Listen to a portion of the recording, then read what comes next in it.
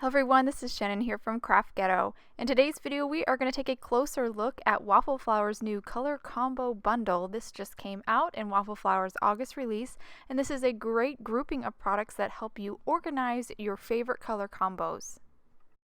This is the Color Combos release bundle. First up we have the Color Combo stamp set and color combo matching die in the back. I love this die set because this die, I'll pull it out here, the largest die in this set, cuts out 6 2x2 perfect squares that are a great way to organize your inks, your color combos like you're going to see me do today. It's just really handy to have that die that cuts out 6 for you. This is the Color Combos for Inkpad stamp set.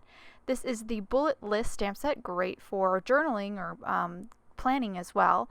And then we have the Color Swatch stamp set and the Color Swatch Tag Die. And last but not least is the Color Combo Tag Die. So all 7 of these products come in the Color Combos bundle release. So you get a lot of bang for your buck here. And I'm going to show you some, or at least how I decided to use these products and kind of organize some of my inks.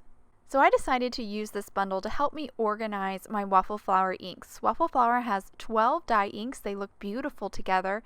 And I decided to create color combos with these inks out of 4 different inks. And you can see I stamped them out onto one of the swatches, and then I took those same 4 ink colors and then ink blended them onto another swatch to see what those colors look like as a gradient as well. And I really love how this system turned out. It's a great way to see colors next to each other and also to see colors blended together. And it got me to try color combos that I don't normally try because it was just a little commitment of a 2x2 square. So it let me try some new things, and I'm really excited about some of the results. So this is the pocket storage system I'm using today, and I just got that on Amazon, and it is a Jennifer McGuire system of organizing your swatches, and it's really handy. I like having all my swatches together in a binder. And now I'm going to show you how I created these swatches. So I took one of the 2x2 squares that I die cut using the Color Combos die, the one I showed you in the beginning that cuts 6 2x2 squares, and then I drew a line down the center on the horizontal and vertical side, so at 1 inch because it's a 2x2 square.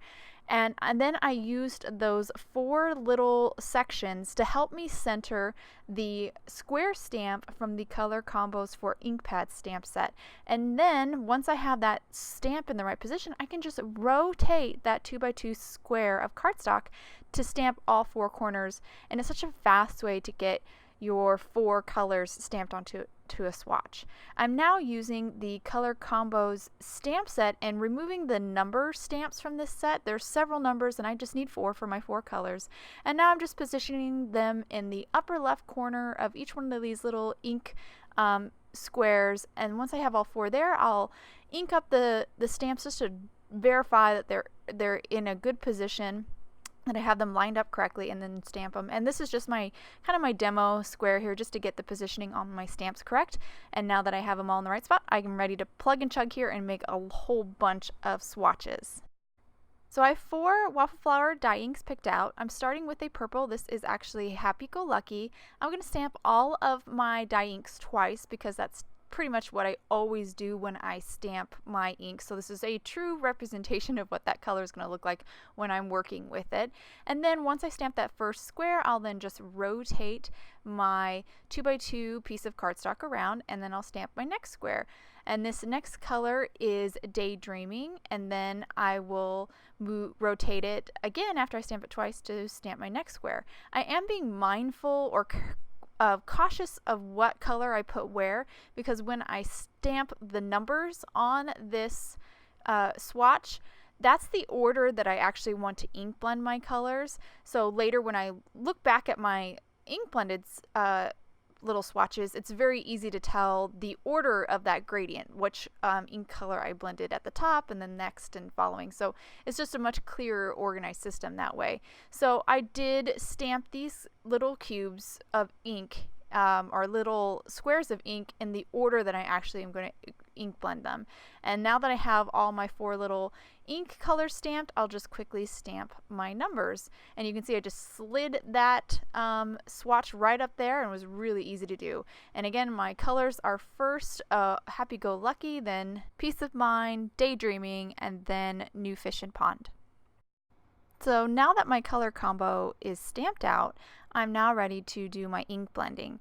So I can actually use that little stamped out swatch as a guide here, because I'm going to do it in the order that it's marked. And I'm starting with my purple, which is Happy Go Lucky. And when I ink blend, I love to use Waffle Flower's Water Media Matte as my ink blending surface. I start by taking my ink blending tool, getting some ink, and then tapping the excess or rubbing the excess off on the water media mat, and then I approach, or then I touch my paper. And I just found that that creates a really soft, smooth blend doing it that way. Sometimes I will even use my blending tool and just, instead of picking up more ink from the ink pad, sometimes I'll pick up some of that residual ink that's on the mat and then approach my paper for a really soft blend. So the mat's just a really helpful tool for ink blending. That's that matty kind of surface of the silicone mat that just works really great for ink blending. So I finished my purple and I went ahead and moved on to Peace of Mind. Now I'm moving on to Daydreaming. You can see I rotate my paper around here. I always like to approach coming from the right, moving towards the left. It's just, maybe it's just because I'm right-handed, but that's the angle that I like to kind of move into. And when you are ink blending on the mat, and because that ink stays kind of liquidy on the surface, you definitely want to make sure that you are moving your swatch around, or when you're tapping off the excess that's on the ink blending tool, you want to make sure that you're not tapping it off into another color. So either clean your mat in between colors, or just make sure you're tapping the excess off in a clean area on the mat. So once I've done one layer or one pass over with all my colors, I'll then go back over them again. So I did Daydreaming again, then just finished up with Peace of Mind, and now I'm finishing my ink blend here with my purple, which is Happy Go Lucky. And this last bit of ink blending, this kind of second pass, just gives you a really nice smooth transition. And now you see I have my 2 swatches done, and I'm now ready to move on to creating my label. So this is the color swatch stamp set. It's actually one large stamp, but I went ahead and trimmed off the portion with the numbers, and I have it mounted here in my MISTI so I can stamp it repeatedly very quick and easily. And I grabbed another 2x2 square here, and I'm going to stamp these numbers at the top portion or top half of this 2x2 square, and then I will stamp it again on the bottom portion. And I found that this was just the best way, or the clearest way to me anyways, to organize my swatches using that 20 pocket coin envelope or storage pocket thing.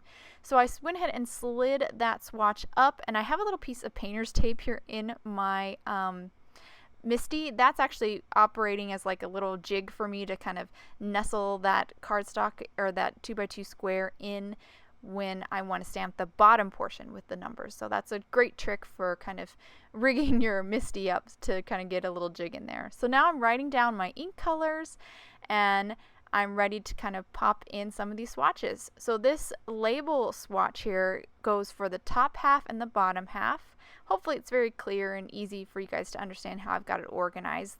It's kind of basically, think of that little label swatch divided down the middle, and the top 1, 2, 3, 4 is for the upper half of the pocket, and the bottom 1, 2, 3, 4 is for the bottom half of the pocket.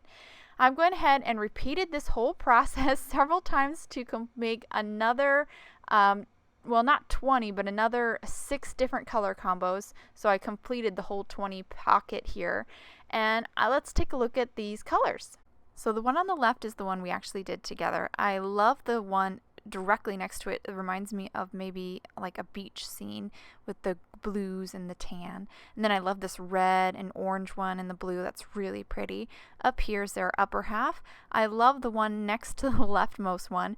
It's a really unique color combo, and I love the way it turned out. I think it'd be great for Halloween cards. And again, some really pretty 2 ones on the right. I love the sunsetty red and yellow, and especially when it's combined with some blue.